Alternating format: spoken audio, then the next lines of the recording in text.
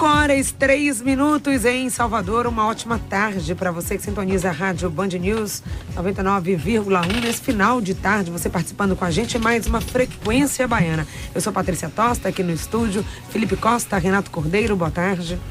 Olá, muito boa tarde, Patrícia. Boa tarde para você, ouvinte. Boa tarde, Renato. Temperatura média aqui em Salvador agora é de 28 graus, calorão. Na semana que vem vai ser lançado o livro Desmontando Shakespeare, que mostra o que é produzir teatro através da memória de 3 peças inspiradas nos textos do mais famoso dramaturgo de todos os tempos. A gente vai falar um pouco sobre teatro, sobre por que quase 400 anos depois de morto esse escritor continua sendo considerado tão atual. Em nosso estúdio a gente recebe um dramaturgo, produtor teatral, produtor cultural com 30 anos de carreira, espetáculos montados aqui e fora do país. Paulo Atto, bem-vindo ao Frequência Baiana. Agradeço a vocês a oportunidade, esse espaço, os ouvintes aí da Band News FM, a Patrícia, a Renata e a Felipe aqui no estúdio e vamos lá, vamos bater papo sobre Shakespeare. E se o Simão estivesse participando aqui desse bate-papo, o Zé Simão diria que ele é um predestinado, né? Não, Paulo Atto também fiquei pensando. Atto, né? Tem tudo a ver com dramaturgia. Tem irmãos, Paulo? Ato 1, Ato 2? Não tem não. O primeiro ato, o segundo ato, o terceiro ato. São muitos atos, realmente. Bom, primeiro para começar, por que Shakespeare pode interessar hoje em dia, Atto? Eu acho que Shakespeare é um dramaturgo que inaugura o que eu diria assim, que os personagens que ele construiu têm relações multifacetadas. É o primeiro dramaturgo que escreve as peças, né, colocando os personagens com relações muito diferenciadas a partir de com quem ele se relaciona. Então, quando a gente tem, como nós, né, eu acho que ele é um grande psicólogo. É o primeiro grande psicólogo, eu acho. Então ele faz um estudo nos personagens, um estudo sobre a alma do personagem, sobre o inconsciente do personagem, a partir da relação que ele estabelece. Então quando a gente tem Hamlet, ele tem uma relação com o pai que é diferenciada com a mãe, com o tio que usurpa o poder, com Ofélia que é amante, quer dizer, ele é praticamente um ser, né, diferente para cada uma dessas relações. E eu acho que isso é o que inaugura a psicologia, né, e o modo moderno de ver as relações interpessoais. Eu acho que esse é um grande toque de gênio, de mestre, além de ser um reelaborador de mitos, né? Ele constrói uma mitologia que é muito moderna, né? Então você vê que chegou a cair no vulgo, ser ou não ser, essa questão é uma coisa que virou corriqueiro, né? Pegar uma caveira e suspender com a mão. É um símbolo quase que universal. Mesmo que as pessoas às vezes nem saibam de onde é que está vindo aquilo ali. Mas há uma referência. Então eu acho que a grande sacada de Shakespeare, né, e o fato dele ser atual, é que ele falou sobre temas muito humanos, né, e de uma forma também muito diferenciada. E esse questionamento, né, ser ou não ser, que traz toda, você acabou de falar de Shakespeare como essa ligação, não tinha a profissão, mas essa ligação com a psicologia, e aí faz toda uma análise também, né? Inclusive os próprios psicólogos, né, a psicanálise surge depois e eles se debruçam sobre a obra shakespeariana, né, para falar sobre isso. Então antropólogos, sociólogos, psicólogos, filósofos, né, utilizam inclusive às vezes personagens, cenas, né, frases dele. Suponho que você acompanhou esse tipo de carreira cativa, né? Considerando que você tem formação nos dois lados, na filosofia e no teatro. Eu, inclusive, fui procurar filosofia porque eu achei que a filosofia era uma forma de pensar, né, a arte, o teatro, de uma maneira muito profunda. Então, acho que a filosofia, para mim, foi muito, muito bacana nesse sentido, de tentar entender o teatro por um outro viés, né? Vamos colocar aqui na roda um trecho do filme Romance, um filme do Guy Raz. É muito interessante, assim, especialmente a primeira metade. Tem o personagem do Wagner Moura, né? Wagner e Letícia Sabatella estão nesse filme. E o Wagner Moura faz um diretor de teatro falando da tragédia de Tristão e Isolda. E diz que essa história é seminal e que inspirou, por exemplo, Shakespeare. A felicidade dos amantes só nos comove pela expectativa da infelicidade que os ronda. Sem sofrimento, não há romance. O romance de Tristão e Isolda tornou-se modelo de todas as histórias de amor até hoje. Os amantes se amam, mas não conseguem superar os obstáculos e serem felizes. Esse é o segredo do sucesso de Tristão e Isolda e foi isso que os poetas europeus da Idade Média descobriram. O amor recíproco e feliz. Tem uma parte do filme que ele fala assim, o personagem, né, fala categoricamente assim, né, que Shakespeare não teria feito Romeu e Julieta se não houvesse antes Tristão e Isolda, né? Como uma coisa que foi inspiradora. Você concordaria com o personagem? O Shakespeare ele tinha uma coisa genial, é que ele partiu de muitas fontes. Então, quando você pega uma peça shakespeariana, né, então ele parte de muitas fontes. Às vezes ele pega uma história que já existia, uma lenda, e ele consegue trazer para o mesmo texto, né, uma série de influências. Então, desde aquela literatura de folhetim que na época circulava de mão em mão, né, a fatos históricos. E ele conseguia fazer isso com grande maestria. Então ele é o primeiro também dramaturgo intertextual, quer dizer, ele consegue pegar vários textos de fontes diferentes e dar uma unidade que aí entra a genialidade dele. Você reconhece que é Shakespeare, quer dizer, tem a pena dele, mas ele consegue absorver essas histórias. Então, quando eu montei A Tempestade, que gerou A Terra de Caliban, o que eu quis falar na Tempestade era sobre a questão das relações, né, culturais no espaço pós-colonial. Imagina, ele escreveu isso em 1611 e eu montei isso em 95. Então, eu pude falar sobre isso utilizando, né, essa ideia do Caliban, do Próspero, dessas relações entre os personagens. E ele utilizou provavelmente aquela literatura de navegação que começava a chegar na Europa com aquelas histórias extraordinárias sobre seres, sobre os trópicos. Então, você sente que quando ele imagina essa ilha onde fica Próspero, ele está fazendo isso, ou seja, ele está recriando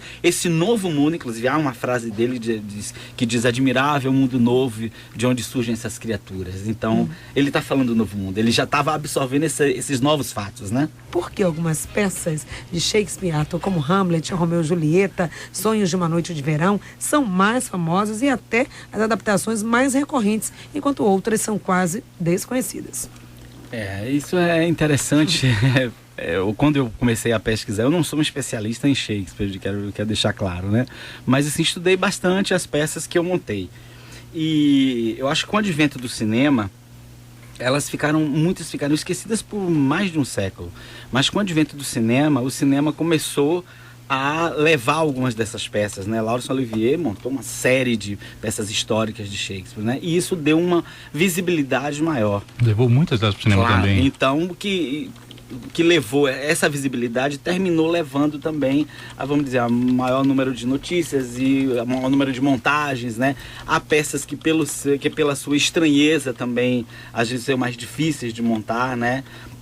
A própria Tempestade não é uma peça muito montada, mas nos últimos anos recebeu duas versões cinematográficas, né? A de Peter Greenaway e uma outra mais recente de um diretor inglês. Então eu acho que isso tem possibilitado, né, essa visibilidade do cinema, possibilitou algumas de serem mais montadas do que outras. Agora são peças, assim, sei lá, pesadas, mais difíceis de serem montadas, exige muito cenário, muita coisa, para quem vai montar, para o diretor que vai montar, como é que tudo? É isso que eu falo, não adianta querer montar Shakespeare como ele montou na época. Ninguém sabe exatamente como as peças eram montadas, né? Se tem uma série de ideias, mas ninguém sabe como é. Então, depende muito da visão do encenador que decide montar.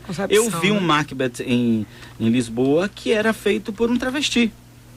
Então, assim, a Lady Macbeth era um travesti. Aqui em São Paulo é uma montagem que é um ator agora em cartaz, que é um ator que faz a mulher. Porque no tempo, né, de Shakespeare, os homens, a mulher não atuava. Então, os homens, geralmente mais jovens, com uma voz ainda não muito, né, grave, é que faziam os papéis femininos. Então, a gente tem que pensar, eu acho que no Shakespeare, hoje, quer dizer, a linguagem, né, o teatro é essencialmente forma. Então, como é que eu vou abordar, como é que eu vou transpor cenicamente essas ideias? Eu me seduzo muito mais pela ideia do texto, pelos temas que ele aborda, do que pelo exatamente o texto. Quer dizer, o texto para mim é um pretexto. Quando eu montei A Tempestade inicialmente, tem 15, 16 personagens. Eu montei depois ela com 3 personagens. E adicionei um personagem que não existia. Em Macbeth adicionei um bobo da corte, que é um resumo de vários bufões e bobos da corte de outros espetáculos. Não existe no texto original esse bobo. Mas por que eu coloquei o bobo? Porque o bobo, ele termina falando a verdade. Quer dizer, ele não consegue, como o do Rei Lear, falar uma mentira. Então ele termina dando uma fina ironia a todo o texto, que é muito sangrento, é uma tragédia muito pesada, e eu termino suavizando um pouco, né, esses assassinatos em série do Macbeth com essa figura de um bobo que está ali entre o casal Macbeth com as mãos o tempo todo, né, sujas de sangue, E ele, no entanto, está ali falando a verdade o tempo inteiro e trazendo um clima de ironia, de cômico, de farsa, né, a essa tragédia shakespeariana. Falta bibliografia sobre os assuntos contidos nesse livro, você tem essa impressão? Eu acho que o livro propõe um olhar diferente, né? Porque o livro é escrito não sobre os textos do ponto de vista da literatura dramática, mas sim do ponto de vista do projeto de encenação. Quer dizer, eu falo, inclusive, utilizo essa expressão, o texto como projeto de encenação. Então eu falo do ponto de vista do encenador, do diretor que resolve escolher um texto com um determinado elenco para montar esse texto aqui, em Salvador, nesse contexto cultural, né, para essas pessoas que estão aqui.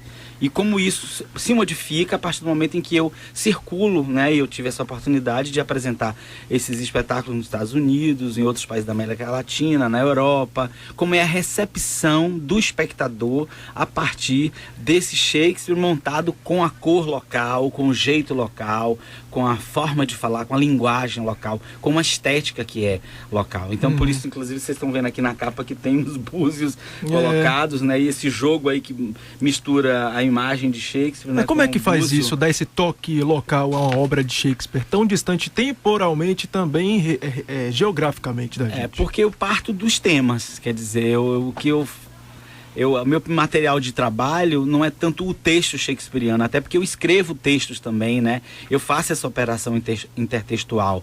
Quando eu montei A Tempestade, eu tinha acabado de ler Camille Paglia, uma autora italo-americana, que fala muito sobre a questão da barbárie, da civilização, e ela cita muito Shakespeare, né? Ela utiliza Shakespeare como referência. Então, muitas das ideias de Camille eu trouxe para o espetáculo. Então, o último texto, por exemplo, de Próspero, Na Morte, ele fala muitas coisas que são ideias da Camille Paglia. Então, eu faço essas operações. Então, como o meu ponto de partida não é o texto, então ele fica atemporal. Eu posso... A minha ilha, né, imaginada é absolutamente tropical. Eu imaginei sempre que o Caliban, ele seria o elemento indígena que está ali, e o Ariel seria o que foi trazido de um outro lugar. Quer dizer, eu faço um paralelo com a nossa formação civilizacional. Quer dizer, a civilização brasileira é o resultado do encontro, né, nem sempre pacífico, né, de culturas diferentes. Então, quando eu falo sobre isso, eu utilizo, né, o texto da Tempestade e mudo. Tanto se chama Terra de Caliban. Quer dizer, Caliban já estava lá na Terra e vem o europeu e toma posse dessa terra. Então, é uma história justamente nesse espaço do Brasil, né, pós-colonial. Então, por isso eu acho que a gente consegue fazer. E houve todo um estudo sobre a cultura iorubá, sobre a questão da filosofia mesmo, né, iorubá, não só do ponto de vista do candomblé, mas desse universo simbólico, né, africano, e como é que isso se reproduziu na Bahia, de que maneira, que outras influências foram aportadas. Então, um pouco tem essa cor. Mas não é uma questão de estilização, é uma questão de diálogo mesmo, de promover o diálogo. Quer dizer, o Caliban shakespeariano tem o quê dos elementos da cultura iorubá? Eu posso comparar com quem? Que mitologias eu tenho disponíveis, né, nesse imaginário afro-baiano, que eu possa dialogar com a obra shakespeariana, trazendo ela para aqui? Porque até eu aproximo, eu termino aproximando esse Shakespeare das pessoas. As pessoas vão ter aqui os mesmos códigos para fazer essa leitura. E quando isso sai do Brasil, aí é impressionante, porque a cena, por exemplo, de Libertação de Ariel, essa é uma parte do estudo que eu apresento, é feito por uma atriz baiana negra, né, que é Carol Sena. E Carol faz esse Ariel, que é liberto por Próspero, isso é a história mesmo da peça, né, de Shakespeare. E ela, nessa liberdade que ela ganha, eu termino fazendo uma cena em que ela passa vestida com um paletó cinza muito moderno, né, fumando um cigarro. Ela acende o cigarro no meio do palco, olha pro público, dá uma risada sem som e sai de cena. Essa cena aqui teve impacto, as pessoas achavam interessante, quer dizer que ele já aparece, já saiu da ilha, já está agora, nesse momento, com paletó. Mas isso nos Estados Unidos teve um impacto imenso para o público afro-americano. Prosa boa retada essa, viu? Apenas que a gente tem tempo, tem um relógio que fica ali controlando a gente, mas a gente volta daqui a pouco com mais bate-papo, mais noticiário, mais conversa sobre teatro, não, Renato e Patrícia? Sobre o livro Desmontando Shakespeare também, do Paulo Attali, que está lançando esse livro na terça-feira. A gente continua a conversa daqui a pouco aqui no Frequência.